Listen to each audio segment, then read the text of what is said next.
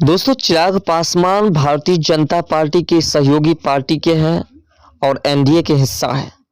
और लगातार चिराग पासवान भी जो है जगह जगह जाकर के जनसभा को संबोधित करते हैं, जगह जगह जाकर के प्रचार प्रसार करते हैं और साथ साथ फर्स्ट बिहार और फर्स्ट बिहारी के नारा को बुलंद करते हैं। इसी बीच चिराग पासवान ने एक बार फिर से आरजेडी पार्टी को जम करके लथेरा है। जमकर के आरजेडी पार्टी पर उन्होंने प्रतिक्रिया दी है और साथ साथ चुनाव में वह अकेले हैं या फिर वो बीजेपी के साथ हैं, इसके भी पूरे खुलासे उन्होंने कर दिए हैं। चिराग पासवान ने महागठबंधन पर जो है तीखी प्रतिक्रिया दी है। तमाम बातों को विस्तार से समझने का प्रयास करेंगे क्योंकि चिराग पासवान लगातार जो है जनसभा को संबोधित कर रहे हैं और इसी बीच उनकी प्रतिक्रियाएं भी सामने आते रहते हैं।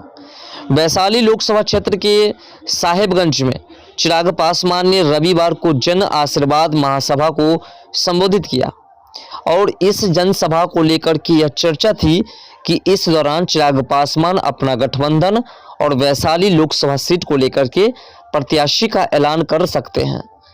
लेकिन चिराग पासवान ने सीधे तौर पर कह दिया कि उनका गठबंधन सिर्फ बिहार वासियों के साथ है। साथ ही उन्होंने यह भी दावा कर दिया कि वैशाली लोकसभा सीट पर लोजपा अकेले ही लड़ेगी, उसके साथ बीजेपी भी नहीं रहेगी। कुल मिलाकर के बात यह है कि बीजेपी से भी नाता तोड़ने के कगार पर पहुंच चुके हैं चिराग पासवान, लेकिन इसकी स्पष्टि अभी तक नहीं की है। चिराग पासवान ने कहा कि मेरा गठबंधन सिर्फ बिहार की जनता के साथ है। हमारे प्रदेश को कई लोगों ने लूटा है। आज भी हमारे युवा रोजगार के लिए दूसरे राज्य में जाते हैं। अब चुनाव का समय है, हमें सही चुनाव करना है। बिहार फर्स्ट और बिहारी फर्स्ट की लड़ाई जारी है। पिछले 5 सालों में जमुई बेहतर हुआ है।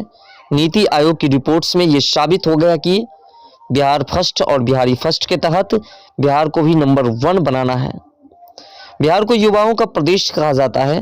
बिहार के हर युवा एक हो जाए तो बिहार नंबर 1 होगा। चिराग पासवान ने महिलाओं से आग्रह करते हुए कहा कि बिहार के युवा रोजगार करने के लिए बाहर ना जाए। उन्होंने कहा कि बिहार के हर एक युवा को चिराग पासवान बनना होगा। इसके लिए महिलाओं का समर्थन चाहिए।